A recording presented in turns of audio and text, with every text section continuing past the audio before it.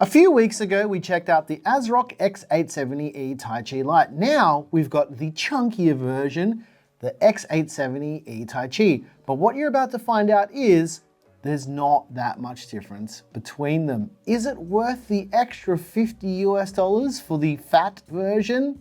Let's find out. But as usual with our motherboard videos, this video is not a review. It's just an overview so we can take a bit of a closer look at this board, its features and everything that comes with it. And just to add to this one a little bit more, I wanted to show you guys a bit of a side-by-side with the Lite. Let's dive in.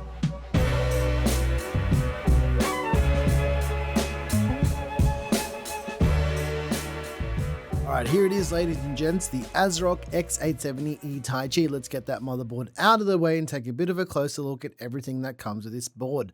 First of all, we've got some documentation. Basically, it's got a quick start guide as well to help you get up and running. There's also two SATA or SATA cables for your 2.5-inch SSDs or those 3.5-inch spinning RAS drives.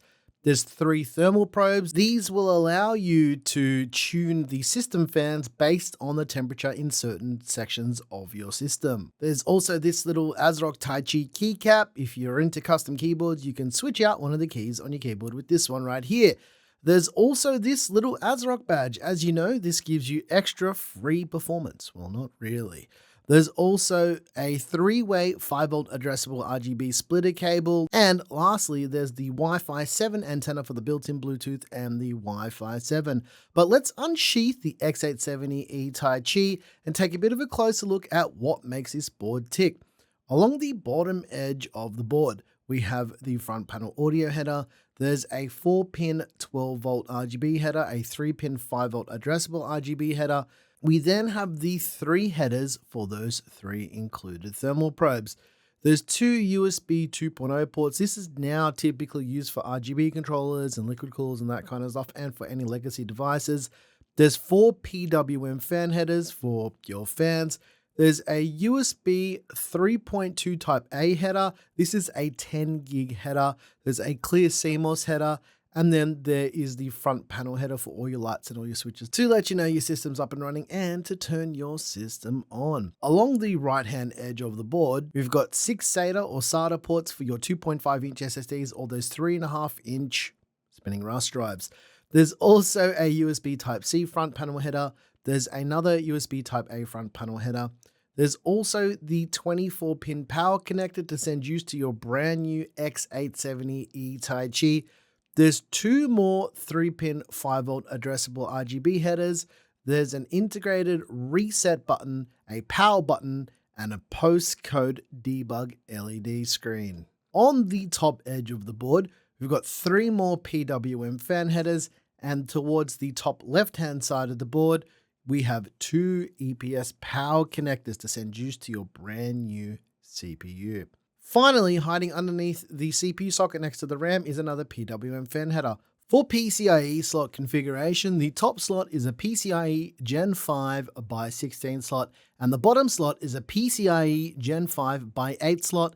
That is a by 16 size. You'll also notice that the top PCIe slot is a bit further down than a normal board. It's in the 3rd position, not the 2nd position as you would typically find on an ATX board. Being that this is eATX, it is a little bit strange. ASRock's got a new easy release mechanism to pull out your graphics card. If you take a bit of a closer look here as well, you'll notice when you slide it to the right, there's a little green indicator to let you know it's unlocked.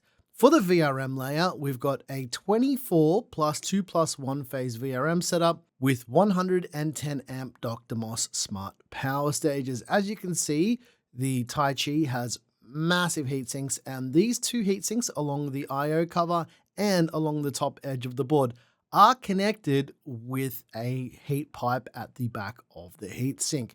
As for the socket here, this is LGA 1718, otherwise known as AM5, and it supports Ryzen 7000, 8000, and 9000 processors. It also has standard AM5/AM4 cooler mounting. If we pop that socket open, we can take a bit of a look at what AM5 looks like.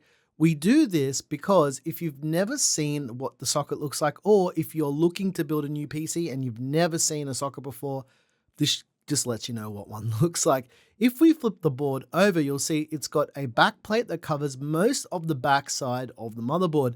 Typically, this is for additional heat dissipation on the rear side of the board. As for memory compatibility, the X870E Taichi has 4 DDR5 DIMM slots, which will support up to 256 gigs of memory at 8200 megatransfers. 2 of the M.2 slots have a quick release mechanism, which are completely toolless, and this is new for ASRock. However, the bottom 2 M.2 slots have a regular heatsink, which requires screws to loosen them. The Taichi has 4 M.2 slots. 1 is a PCIe Gen 5x4 slot, and then there's 3 PCIe Gen 4x4 slots. You'll notice that the Gen 5 slot, which is the one on the left, has a square key, and the other ones have a round key. There's also an M.2 slot that's next to the memory, and they do this because it's an eATX board, so it's got a little bit of extra width. For the rear I/O, we've got a clear CMOS button, we've got a BIOS flashback button, we've got the antenna connectors for the built-in Wi-Fi 7, we've got an HDMI 2.1 port, a whole bunch of USB Type-A ports, we've got USB 4.0, which also supports Thunderbolt 4 and PCIe tunneling. There's 5 gigabit Ethernet with the RTL 8126 5GB adapter. The audio solution is interesting. It's got an ESS Sabre 9219 DAC that's connected to the Realtek ALC 4082 audio codec, and that essentially is set up like that for copy protection. So something we don't usually talk about that you guys might find a bit interesting. But I wanted to show you guys a little bit of a comparison comparing the Taichi and the Taichi Lite, because I thought they looked pretty similar on paper. Now, side by side, they look pretty similar. However, you'll notice that there are some slight differences, being the I/O cover heatsink is different, even though they are kind of the same at the same time. That top PCIe slot is in the 3rd position as well, as I previously mentioned. As well as that, the heat sinks for the top M.2 slots are interchangeable between both boards. I did a little bit of a quick swap to show you guys what that would look like, just because I can. And the easy release is on the Taichi and not the Taichi Lite, which is something that I speculated about when we saw the Taichi Lite originally. Other than that, there's a few surface mount components which are slightly different. However, they have the same specification. It's mainly just screen printing on those components. But other than that, it's mostly the same.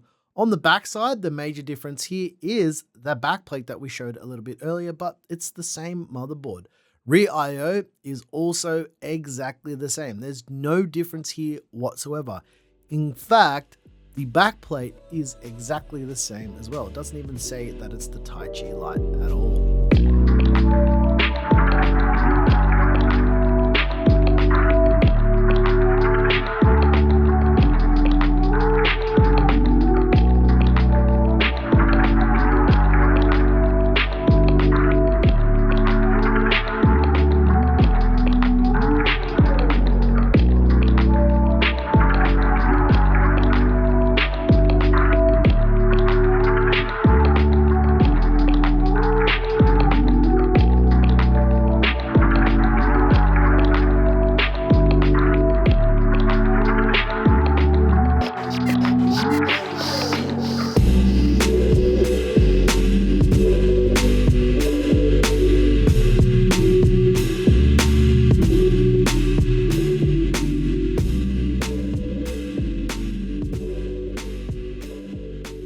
I hope you guys enjoyed this little bit of a look at the X870E Taichi and the Taichi Lite side by side, so you can see what really makes them different. As you've probably already seen in the video, there are a couple surface mount components that have different rotations, but that's mainly probably to do with stock at the time of building the boards, and that's pretty standard. What they'll do is they'll have the same component type that'll have a different SKU from a different manufacturer, but it does exactly the same thing. So that is something that we do see. It's not just something we see with motherboards, we see this with electronics in general. If one thing's not available, then there's obviously something from another manufacturer that can make it work, and it works exactly the same way. Don't want to dive into the technical side of that because yeah, it is what it is, and it's exactly the same, essentially. Feature set is even exactly the same.